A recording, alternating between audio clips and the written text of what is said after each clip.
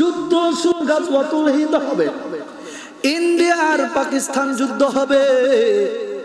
আমার নবীজি বলেছেন মুসলমান আর হিন্দুদের মধ্যে যে যুদ্ধ হবে এইটা হবে গাজওয়াতুল হিন্দ। এই যুদ্ধে যারা শহীদ হবে তারা হবে বদরি শহীদ। সুবহানাল্লাহ।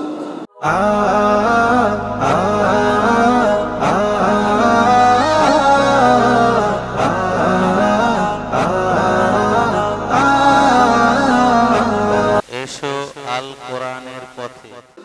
যে মুহাম্মদ সাল্লাল্লাহু আলাইহি সাল্লামকে জানিয়ে দেওয়ার জন্যই মূলত কোরআনুল কারীমে আল্লাহ তাআলা 25 জন নবী সম্পর্কে বিস্তারিত আলোচনা করেছেন।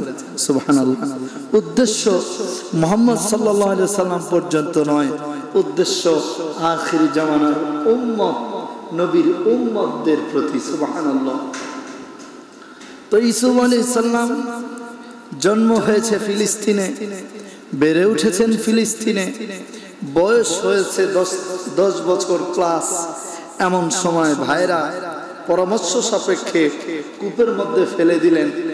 ভাইদের সাথে ইউসুফ আলাইহিস সালামের জায়গা নিয়ে কোনো বাজাবাজি ছিল? বলেন বলেন। জমি নিয়ে কোনো সম্পত্তি নিয়ে কোনো দ্বন্দ্ব ছিল? দ্বন্দ্ব হলো আব্বা ইউসুফকে বেশি ভালোবাসে। আব্বা ইউসুফকে, বলেন না, ইউসুফকে বেশি ভালোবাসে। আমাদেরকে ভালোবাসে কম, আমাদেরকে ভালোবাসে কম। তাহলে উপায় তাকতুলু ইউসুফ, ইউসুফকে হত্যা করো। এক ভাই বলল লা তাকতুলু ইউসুফ, ইউসুফকে হত্যা করো না। এই প্রসঙ্গটা আমরা গত জুমায় শেষ করে দিয়েছি। এইবার ইউসুফ আলাইহিস সালামকে কূপের মধ্যে ফেলে দিল। কূপের মধ্যে ফেলে দেওয়ার পর কি হলো আল্লাহ তাআলা বলছেন সূরা ইউসুফ 15 নম্বরে, فَلَمَّا ذَهَبُوا بِهِ وَأَجْمَعُوا أَن يَجْعَلُوهُ فِي غَيَابَتِ الْجُبِّ।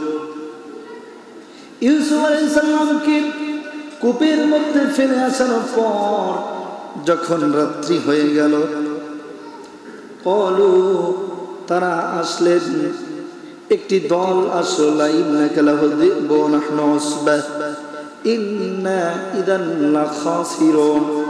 এইবার এই একটি দল যখন আসলো, এসে দেখলো ইউসুফ আলাইহিস সালাম কূপের মধ্যে।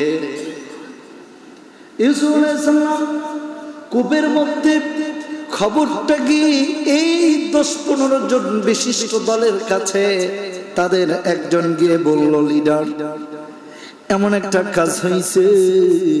বলে কি কাজ হয়েছে? বলে পানি তুলতে গিয়ে দেখি এই কূপের মধ্যে একটা সুন্দর 10 বছর প্লাস বয়স একটা বাচ্চা এই কূপের মধ্যে। কি করব? লিডার আসলেন, এসে দেখে বললেন এই লিডার কে ছিলেন সেটাও একটু পরিচয়টা দেই।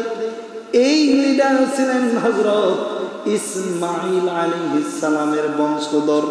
সুবহানাল্লাহ। হযরত নূন নাম ছিল ওনার, ইউসা বিন নূন। এই ইউসা বিন নূন দেখলেন কূপের মধ্যে সুন্দর একটা ছেলে, তরুণ। বললেন ওকে উঠিয়ে নিয়ে আসো। ইউসুফ আলাইহিস সালামকে কূপ থেকে উঠানোর পর এরপর আল্লাহ রাব্বুল আলামিন ওহী নাজিল করছেন ইউসুফের প্রতি, ওয়া আওহাইনা ইলাইহি লাতুনাব্বিয়ান্নাহুম বিআমরিহিম হাদা ওয়া হুম লা ইয়াশউরুন। এমন অবস্থায় আমি তাকে জানিয়ে দিলাম তুমি তাদেরকে তাদের কর্মের কথা অবশ্যই বলে দিবে, কিন্তু এখন নয়। ইউসুফকে আল্লাহ সতর্ক করলেন, ইউসুফ রে, তুমি কিন্তু কোনো ঘটনা বিস্তারিত খুলে কারো কাছে বলবা না। অবশ্যই তুমি ইলাইহি লাতুনাব্বিয়ান্নাহুম, তাদের কাছে বিস্তারিত বলবা, কিন্তু এখন ওহুম লা ইয়াশউরুন, তখন তুমি বলবা যখন তারা তোমাকে চিনবে না। জোরে বলি সুবহানাল্লাহ। তার মানে বোঝা গেল দ্বিতীয় দিনের ঘটনা। 11 ভাই খোঁজ নিতে আসলো ইউসুফ কি কূপের ভিতরে মারা গেল, নাকি ইউসুফকে কেউ নিয়ে গেল, নাকি ইউসুফ কোথাও পলায়ন করলো? ইউসুফ যদি আবার ফেরত আসে তাহলে তো আব্বা আমাদেরকেও বিশ্বাস করবে না, কারণ আমরা বলেছি নেকড়ে খেয়ে ফেলছে। আবার ইউসুফ তো জীবিত আছে, তাইলে একটা কাজ করো, আজকে যেহেতু রাত চলে গিয়ে দিন শুরু হয়েছে, আমরা 11 ভাই 10 ভাই চলো ইউসুফের খোঁজটা নিয়ে আসি। জোরে বলি সুবহানাল্লাহ। ওইখানে ইয়াহুদ নামে একজন ভাই ছিল। কি নাম ছিল? ইহুদা। কি নাম ছিল? এই ইহুদা ছিল 9তম ভাই, অথবা কোন কোন বর্ণনা আছে 10তম ভাই। এই ইহুদা তার ভাইদেরকে বোঝাতে লাগলো, আজকে যদি ইউসুফকে কূপের মধ্যে জীবিত পাওয়া যায় তাহলে আমরা ইউসুফকে মেরে ফেলবো, কারণ আব্বার কাছে ইউসুফকে নেওয়া যাবে বলছি নেকড়ে খেয়ে ফেলেছে, বাঘে খেয়ে ফেলেছে। ওনারা পরামর্শ করলো ইউসুফকে আজকে অন্তত মেরে ফেলতে হবে। আমার ভাই, আমার বন্ধুগণ, ইয়াকুব আলাইহিস সালামের 11 জন সন্তানের একজন নবী, আর 10 জন নবী না। আর এই 10 জনের মধ্যে একজন হলো ইহুদা। আর এই ইহুদার নামে এই 11 জন ভাইয়ের 11টা বংশ ছিল, বংশ মর্যাদা, বংশ পরিচয় ছিল। এই 11 জনের নামে 11টা কওম ছিল। আর ওই মূসা আলাইহিস সালামের একটা কওম, এই নিল 12 কওম, 12টা গোত্র। আর সেই নীল নদে 12টা রাস্তা হয়েছিল। আমার ভাইয়ের, আমার বন্ধুগণ, وأوحينا إليه لتنبئنهم بأمرهم هذا وهم لا يشعرون। ইউসুফরে, তুমি এই ঘটনাগুলো এখন তোমার ভাইদেরকে বলবা না। প্রতীক যখন উঠায় নিল, উঠায় নেওয়ার পর ইউসুফ আলাইহিস সালামকে নিয়ে সামনে বেরোচ্ছেন। এই কূপের পানি ছিল অত্যন্ত নোনাক্ত, তিতা ছিল। এই কূপের পানি পান করা যেত। ওই পথিকদেরকে বলাও হয়েছিল তোমরা কই যাবে? ওনারা বলতেছিল আমরা মিশর যাব, ফেরাউনের রাজ্যে যাব।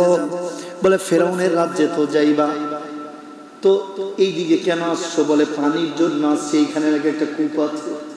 বলে হ্যাঁ, কিন্তু এই কূপের পানি পান করা যায়? এই মুসাফির দলের লোকেরা মানল না, বলল আমরা ওই কূপের পানি আনবো। এইবার আপনারা বলেন, রাখে আল্লাহ, মারে কে? মারে আল্লাহ। ওই কূপের পানি ভালো না শোনার পরেও ওই কূপের পানি আনতে গেছেন, পাঠাইছেন কে? ঈসা আলাইহিস সালামকে উঠায় নিয়ে রওনা হয়েছেন। সকালবেলার ঘটনা, সূর্য ওঠার পরের ঘটনা। এদিকে ওই যে 11 ভাই তল্লাশি নিতে আসছে, ইউসুফ মারা গেছে না জীবিত আছে, নাকি ইউসুফকে কেউ নিয়ে গেছে। এসে দেখে একটা 10-15 জন দল, এই দলের মধ্যে উষ্টির উপর অথবা ঘোড়ার উপরে ইউসুফ বসা। সামনে থেকে আক্রমণ করেছে, দাঁড়াও, ইউসুফকে আমাদেরকে দিয়ে দাও, ইউসুফ আমাদের গোলাম। নাউজুবিল্লাহ বলেন। ইউসুফ কি গোলাম নাকি আপন ভাই? বলেন বলেন বলেন। বলতেছি ইউসুফ আমাদের গোলাম। উদ্দেশ্য হইলে গোলাম বললে গোলাম বিক্রি করা যায়। এ বন্ধু, লোকেরা বলল না ইউসুফকে আমরা দিব না। ইউসুফ আলাইহিস সালামকে 3 বার জিজ্ঞাসা করা হলো, ইউসুফ রে তুমি ওনাদেরকে চিনো? ইউসুফ আলাইহিস সালাম স্পষ্ট কোনো উত্তর দিলেন না। নিষেধ করেছেন কে? নবী তো, ওহী আসছে তো। আমার ভাই, আমার বন্ধুগণ, ইউসুফ আলাইহিস সালামের কথা অস্পষ্ট ছিল। ইউসুফ আলাইহিস সালামকে মাত্র 18 দিরহাম দিয়ে ক্রয় করে নিলেন, অথবা 20 দিরহাম দিয়ে ক্রয় করে নিলেন। নিয়ে রওনা হয়েছেন, মিশরের দিকে যাবেন। ইউসুফ আলাইহিস সালামের জন্মদাতা মায়ের কবর সামনে বেজে গেল। ইউসুফ আলাইহিস সালাম কবর দেখে ঘোড়া থেকে লাফিয়ে নিচে নামলেন। মায়ের কবরের মাঝে এসে দাঁড়িয়ে দাঁড়িয়ে কান্না করতে লাগলেন। মায়ের জন্য ইউসুফ নবী প্রাণ ভরে কাঁদলেন আর বললেন, মা, প্রতিদিন তোমার কবরের কাছে আব্বা আসে, আমি আসি, আজ থেকে তোমার কবরের পাশে আমি আর আসতে পারবো না। মা, আমার ভাইরা আমার সাথে মির্জাফরি করেছে, আমাকে ইসমাইল নবীর বংশধর, ওই নবীর ওয়ারিস দান আমাকে নিয়ে যাচ্ছে। কান্নাকাটি করতে লাগলেন। অনেক বড় ঘটনা হয়ে গেল। ইউসুফ আলাইহিস সালামকে খুঁজতে বেরিয়ে গেলেন এই 10 জনের একটা টিম। দেখলেন ইউসুফ আমাদের সাথে ঘোড়ার উপরে আসতেছিল, পিছনে ইউসুফ নাই। এরপরে খুঁজতে গিয়ে দেখলেন ইউসুফ কবরের মধ্যে। আল্লাহর নবীকে হেফাজত করবেন কে? লোকটা দেখলেন কবরের মধ্যে। এরকম সুন্দর একটি মাজার সিস্টেম সুন্দর করে করা দেখে তিনি বুঝতে পারলেন। প্রথমে ইউসুফ আলাইহিস সালামকে মারতে গেলেন, হাতটা অবশ হয়ে গেল। পরবর্তীতে ওই লোকটাকে দেখে সব লোকজন আসলো, এসে দেখলো ইউসুফ কবরের মধ্যে। ইউসুফকে জিজ্ঞাসা করা হলো, ইউসুফ এই কবরটা কার? বললেন আমার মায়ের। এবার ইউসুফকে জিজ্ঞাসা করা হলো, ইউসুফ তোমার মায়ের না? তিনি নাম বললেন না। বাবার নাম তিনি বললেন না, কারণ নিষেধ করেছেন কে? পরিচয় দিবা। হ্যাঁ, ইলাইহি লাতুনাব্বিআন্নাহুম বিআমরিহিম হাযা। তুমি তো তখন পরিচয় দিবা ওহুম লা ইয়াশউরুন, যখন তোমাকে কেউ চিনবে না। সুবহানাল্লাহ। আমার বন্ধুগণ, ওয়াজাউ আবাহুম ইশাআন ইয়াবকুন। এরপরে এই 10 ভাই নিতে পারলো না। সারাদিন খোঁজাখুঁজি করে রাতের প্রথম প্রহরে আব্বার কাছে গিয়ে বলল, আব্বা আপনাকে বলেছি ওয়াজাউ আবাহুম ইশাআন ইয়াবকুন।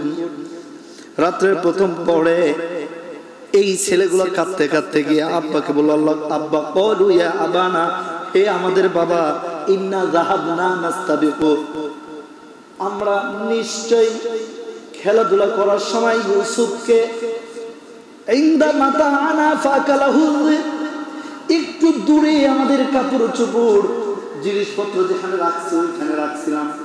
নাস্তাবিকু ওয়া তারাকনা ইউসুফ ইনদা মাতাইনা ফাকালাহু, ইউসুফকে নেকড়ে বা ভাগ খেয়ে ফেলেছে। আপনি কেন বিশ্বাস করেন না? এইটা এই 10 জন আবারও বুঝাইতেছে, ওমা আনতা বিমুমিনিন লানা ওমা আনতা বিমুমিনিন, আপনি কি আমাদের এই কথাকে বিশ্বাস করবেন? ওয়ালাউ কুন্না সাদিকিন, যদিও আল্লাহ সত্য বলি। জোরে বলেন নাউজুবিল্লাহ। কি সুন্দর করে মিথ্যা কথা বইলে আবার বলে আপনি কি বিশ্বাস করবেন? যদিও আমরা সত্য বলতেছি, তাহলে আপনি বিশ্বাস করবেন? আপনি তো বিশ্বাস করবেন।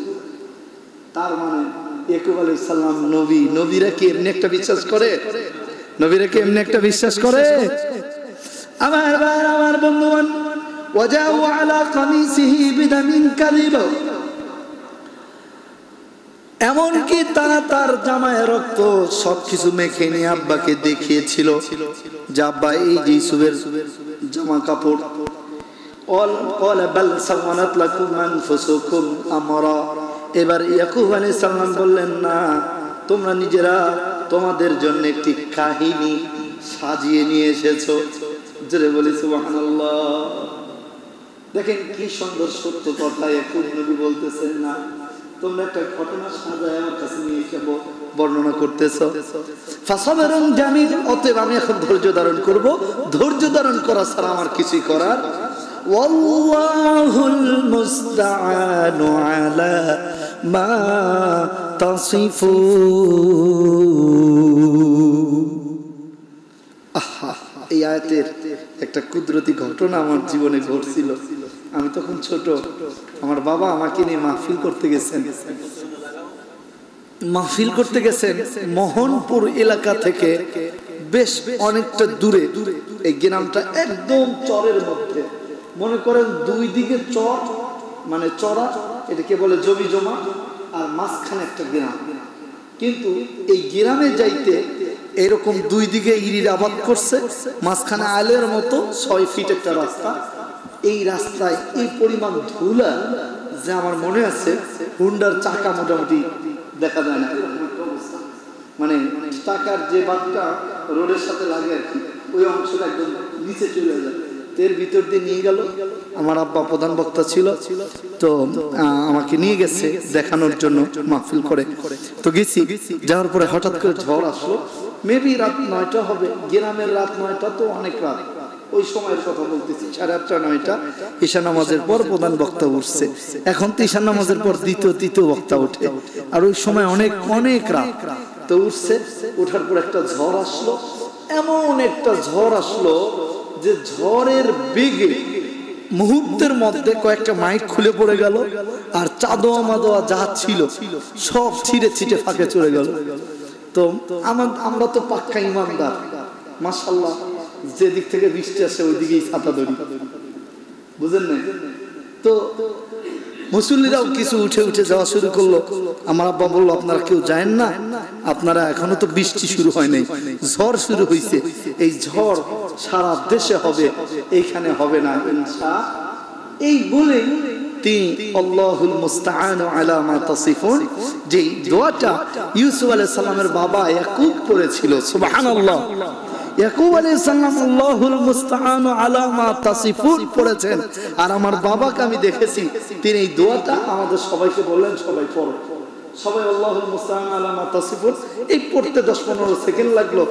10-15 সেকেন্ডের মধ্যে আশেপাশে কি হচ্ছে জানি না, বাকি এই অঞ্চলে কোনো ঝড় নাই, কোনো বৃষ্টি নাই, একদম চন্দ্রের আলো পড়া শুরু হয়েছে, সুবহানাল্লাহ।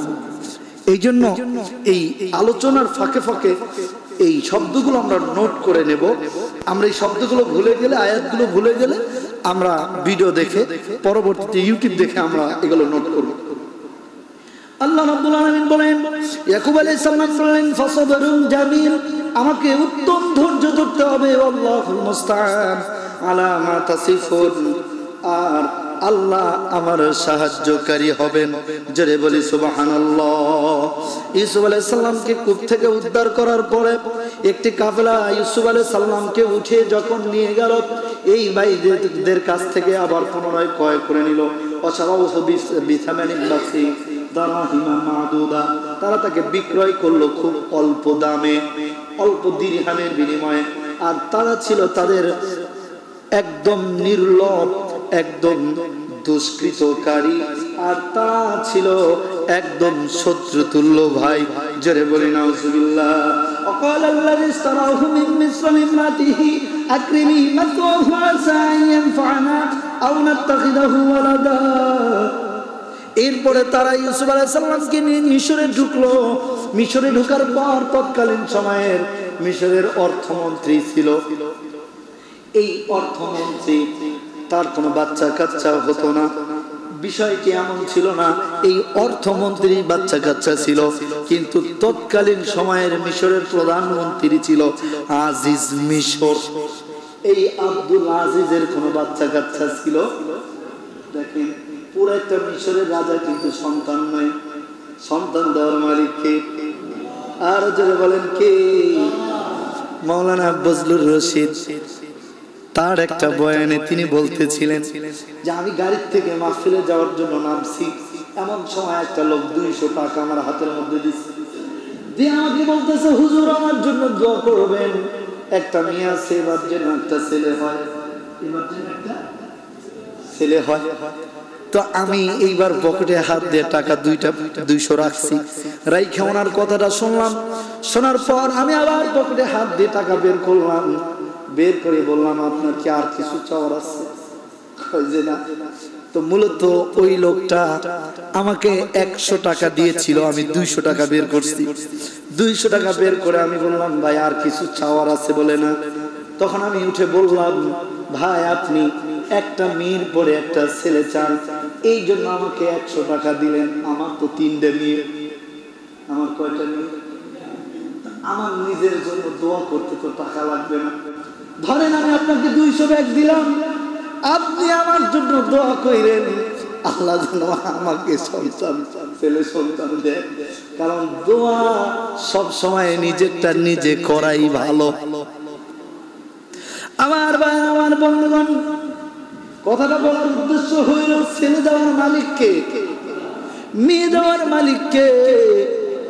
যদি দোয়া চাইতে হয় দান বক্সে দিবেন, দান বক্সে দিয়া দোয়া করবেন। সেই কোন জায়গা যেন পাগলা মসজিদ, কিশোরগঞ্জের পাগলা মসজিদে দেয়া লাগবে না, আপনি মসজিদুল ইহসানে দান বক্সে রাত্রের অন্ধকারে গোপনে গোপনে চুপে চুপে আপনি এখানে কিছু টাকা দিবেন। চিরকুটি বই কিশোরগঞ্জের পাগলা মসজিদে লেখা লাগবে না, আপনি এই মসজিদের দান বক্সে লিখবেন এই বছর কত কোটি টাকা বের হলো, ওর ভিতরে লেখা ছিল আল্লাহ আর যেন একটা মানুষও হত্যা না হয়। এই 5ই আগস্ট 4ই আগস্টের দিকে মনে হয় চিঠিটা লিখছে, অতি দ্রুতই যেন দেশ ছেলে পালায়। সুবহানাল্লাহ। তার মানে মানুষ দোয়া করছে, খুব দোয়া করছে। পাগলা মসজিদের দান বক্সে চিঠি। এ বন্ধু বলার উদ্দেশ্য হলো মানুষ দোয়া করেছে, আল্লাহ দোয়া শুনেছে, তবে আবাবিল পাখি দিয়ে নয়, আবাবিল নামক ছোট্ট ছোট্ট মানুষ দিয়ে। জোরে বলেন ঠিক না বেঠি? আমার ভাই, আমার বন্ধুগণ, অলরেডি ইন্ডিয়া আর পাকিস্তান শুরু হয়ে গেছে, যুদ্ধ শুরু, গাজওয়াতুল হিন্দ হবে, ইন্ডিয়া আর পাকিস্তান যুদ্ধ হবে। আমার নবীজি বলেছেন মুসলমান আর হিন্দুদের মধ্যে যে যুদ্ধ হবে এইটা হবে গাজওয়াতুল হিন্দ। এই যুদ্ধে যারা শহীদ হবে তারা হবে বদরি শহীদ। সুবহানাল্লাহ। আর এই যুদ্ধে মুসলমানদের বিজয়ী হবে। আমরা দেখতে পাচ্ছি সেই ইসরায়েল ফিলিস্তিনের ইস্যুটা এখন একটু থেমে আছে দাবানলের কারণে। ইতিহাস সাক্ষী, এমন দাবানল আগে কখনো হয়। আমার ভাই, আমার বন্ধুগণ, কি বুঝলাম? এখন আর আবাবিল আসবে না, কিন্তু এখন দাবানল আসবে, বজ্রপাত আসবে, জোর হাওয়া বৈশাখী ঝড় আসবে। এখনো যদি কেউ ইসলামের বিরুদ্ধাচরণ করতে চায়, মুসলমানদেরকে কণ্ঠাসা করতে চায়, পালায়া যাওয়া ছাড়া কোনো উপায় হবে না। জোরে বলেন ঠিক না বেঠিক? আজকে দেখলাম ছাত্র সমাজের কিছু অংশ, এনসিপির কিছু লোক সেই প্রধান উপদেষ্টার নিচে গিয়ে সমাবেশ করতেছে।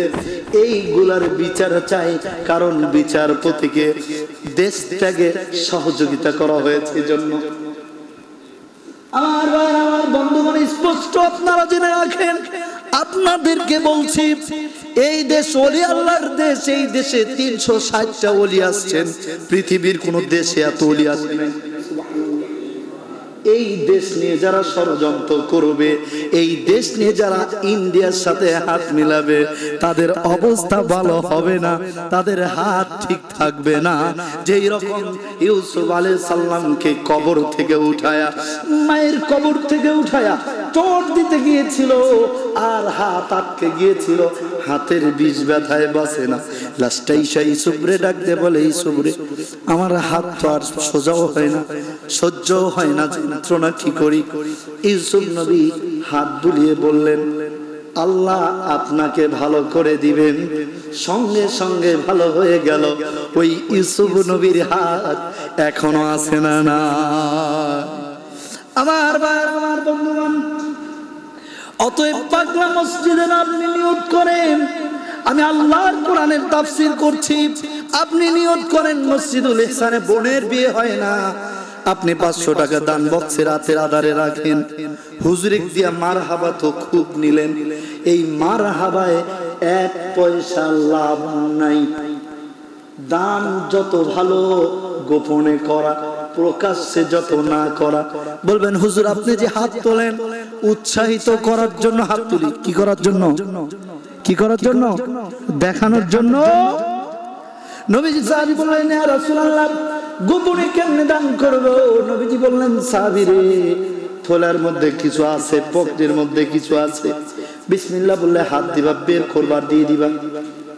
তাইলে তুমি ডান হাত দিয়ে কয় টাকা বের করছিলা আর কয় টাকা দিলা তুমি জানো না, মানে তোমার বাম হাত জানে। আমার বন্ধুগণ, আমার ভাইরা, ইউসুফ আলাইহিস সালামের সাথে এমন ঘটনাই ঘটলো। وكذلك مكنا ليوسف في الأرض ولنعلمه من تأويل الأحاديث। এরপরে ইউসুফ আলাইহিস সালামকে নিয়ে গেল মিশরে। মিশরের এই লোকটা অর্থমন্ত্রী ইউসুফকে ক্রয় করলেন প্রধানমন্ত্রীকে খুশি করার জন্য, যে প্রধানমন্ত্রী আজিজ মিশরের বাচ্চা কাচ্চা নাই, আর ইউসুফ অত্যন্ত সুন্দর, ওকে যদি নিয়ে দেই প্রধানমন্ত্রী খুশি হবে, আমি অর্থমন্ত্রীর অর্থ আরো বেড়ে যাবে। দেখছেন তো? আমার ভাই, আমার বন্ধুগণ, আজিজ মিশরের কাছে নিয়ে যাওয়া হলো। আজিজ মিশরি খুশি হয়ে অর্থমন্ত্রীকে প্রমোশন দিয়ে দিলেন। আজিজ মিশরির স্ত্রীর নাম ছিল জোলেখা। জোলেখাকে গিয়ে বললেন, জোলেখা রে, তোমার জন্য 10, 12, 15 বছরের একটা বাচ্চা নিয়ে আসছি, তোমার সন্তানাদি হয় না, তোমাকে আমি সন্তান হিসেবে দিলাম। কি হিসেবে? ব্যাপারটা বোঝেন। এখন ইউসুফ আর জোলেখার সম্পর্ক, বলেন বলেন, মা আর ছেলে কি সম্পর্ক? 10 থেকে ইউসুফ নবীর বয়স হয়ে গেল 16, 18। ওই সময় যে সুন্দর ছিল, জোলেখার চোখ সামলাতে পারত না। আর এখন 16 থেকে 18 হয়ে গেল, জোলেখার লোভটা আরো বেড়ে গেল। ইউসুফ নবীর সব সময় কাছে কাছে রাখে, উদ্দেশ্য ভালো না খারাপ। এর উপর ইউসুফ নবীকে কুপ্রস্তাব দেওয়া হলো, ঘরের ভিতরে আক্রমণ আটকানো হলো। ওয়ারাদাতুল্লাতী হুয়া ফি বাইতিহা আন নাফসি আগাল্লাকাতিল আবওয়াবা ওয়া ক্বালাত হাইতা লাক। যেই ঘরে জুলেখা ছিল সেই তাতে অসৎ কামনা করলো, আর দরজাগুলো সব বন্ধ করে দিল। আগাল্লাকাতিল আবওয়াব, সবগুলো দরজায় তালা মেরে দিল, এবং এক একটা তালা এক এক দামে, এক একটা তালার চাবি এক এক কোয়ালিটির। জোরে বলি সুবহানাল্লাহ। আমার বন্ধুগণ, ইউসুফ আলাইহিস সালাম একদম জুলেখার প্রস্তাবে একদম ভিতরে চলে গেল। ইউসুফ নবী বুঝতে পারে নাই যে একদম ভিতরের কক্ষে আমি যাচ্ছি আর পিছনের কক্ষে তালা মারা হচ্ছে। সে বুঝতে পারে ভিতরে নিয়ে খাবার দাবার দিবে এমন একটা সম্ভাবনা দেখালো, কিন্তু ইউসুফ নবী ভিতরে যাওয়ার পরে দেখলো যে ওই রুমের প্রত্যেকটা দেওয়ালে জুলেখার উলঙ্গ ছবিগুলো টানানো আছে। অন্য রিওয়ায়াতে আছে, তাফসীর ইবনে কাসিরে আছে, জুলেখা নগ্ন ছবিগুলা চতুর্দিকে লটকায় রাখছে। ইউসুফ আলাইহিস সালাম চোখটা বন্ধ করলেন, বুঝতে পারলেন আমার উপরে কোনো বিপদ আসতেছে।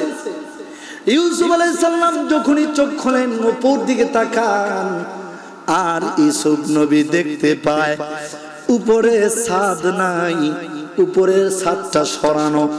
সুবহানাল্লাহ। আর জোরে বলেন, উপরে কি নাই? ছাদ নাই।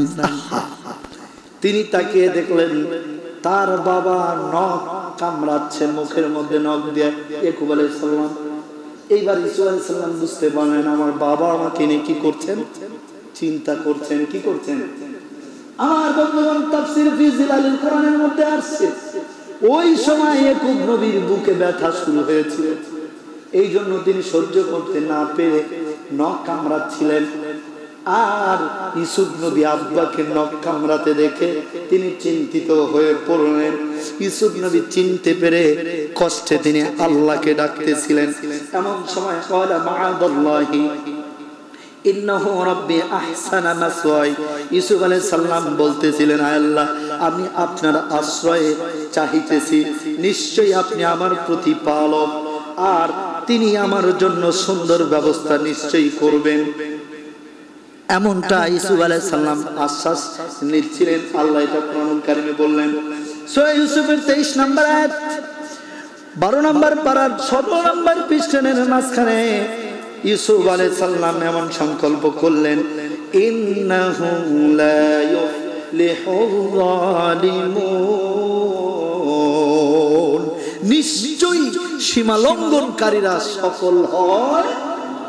যদি সফল হইতো তাহলে এরকম স্পষ্ট জ্বলন্ত উদাহরণ পৃথিবীর ইতিহাস আর একটাও নাই, যে সকালবেলা রান্না করছে আরে হাঁস রান্না করছে, মুরগি রান্না করছে, কত রকমের আইটেম খাবার সাজাইছে।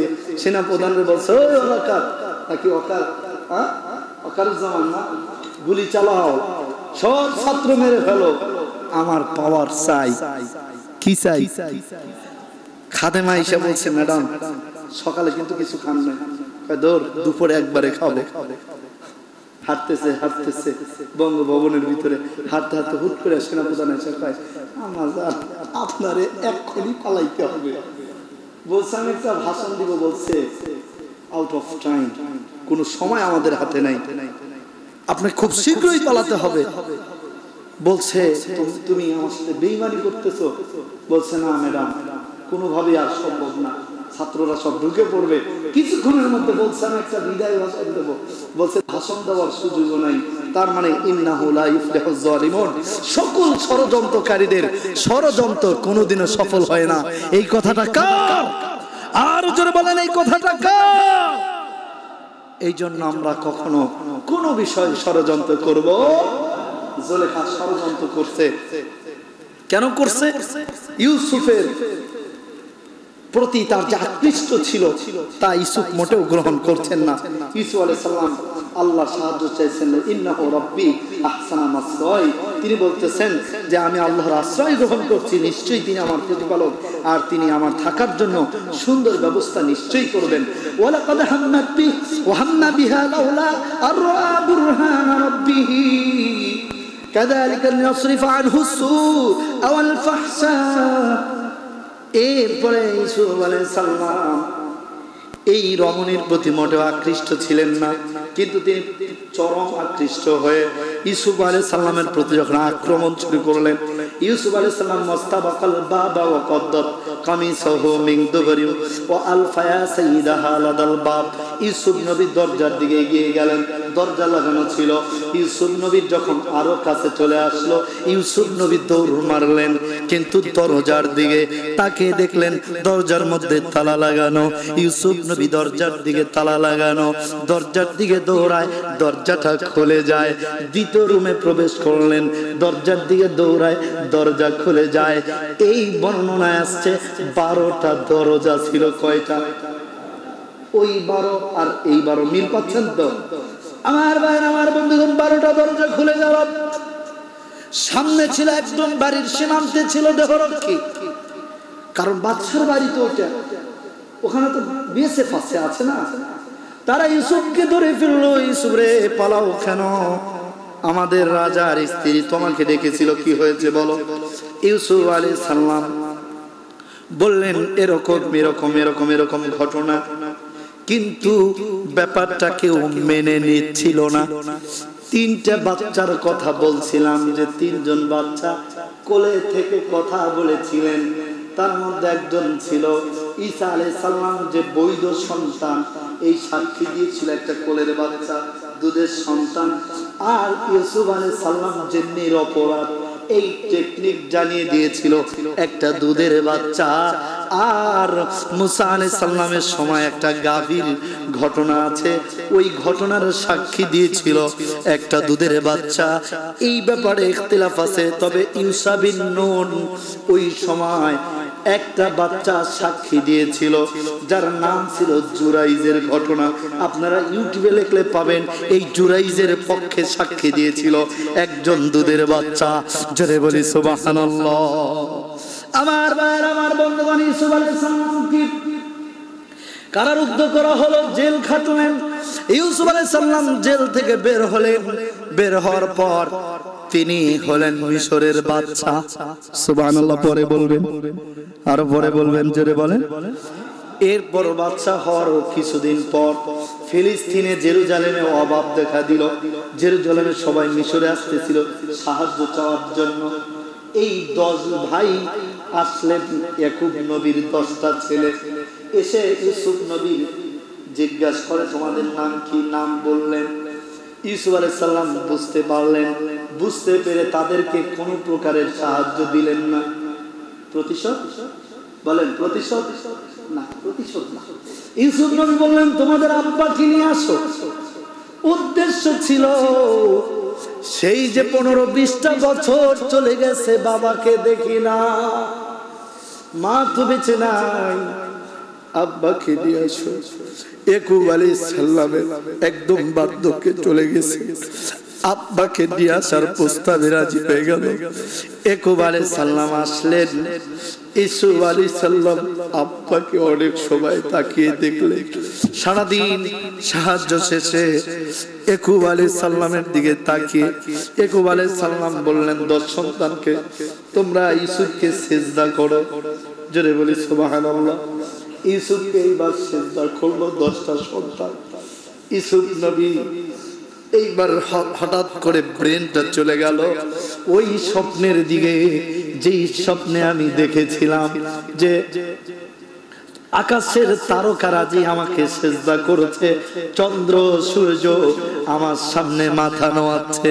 জোরে বলি সুবহানাল্লাহ। ইয়াকুব নবী বললেন, তোমরা 10 ভাই সিজদা করেছো বলে হক।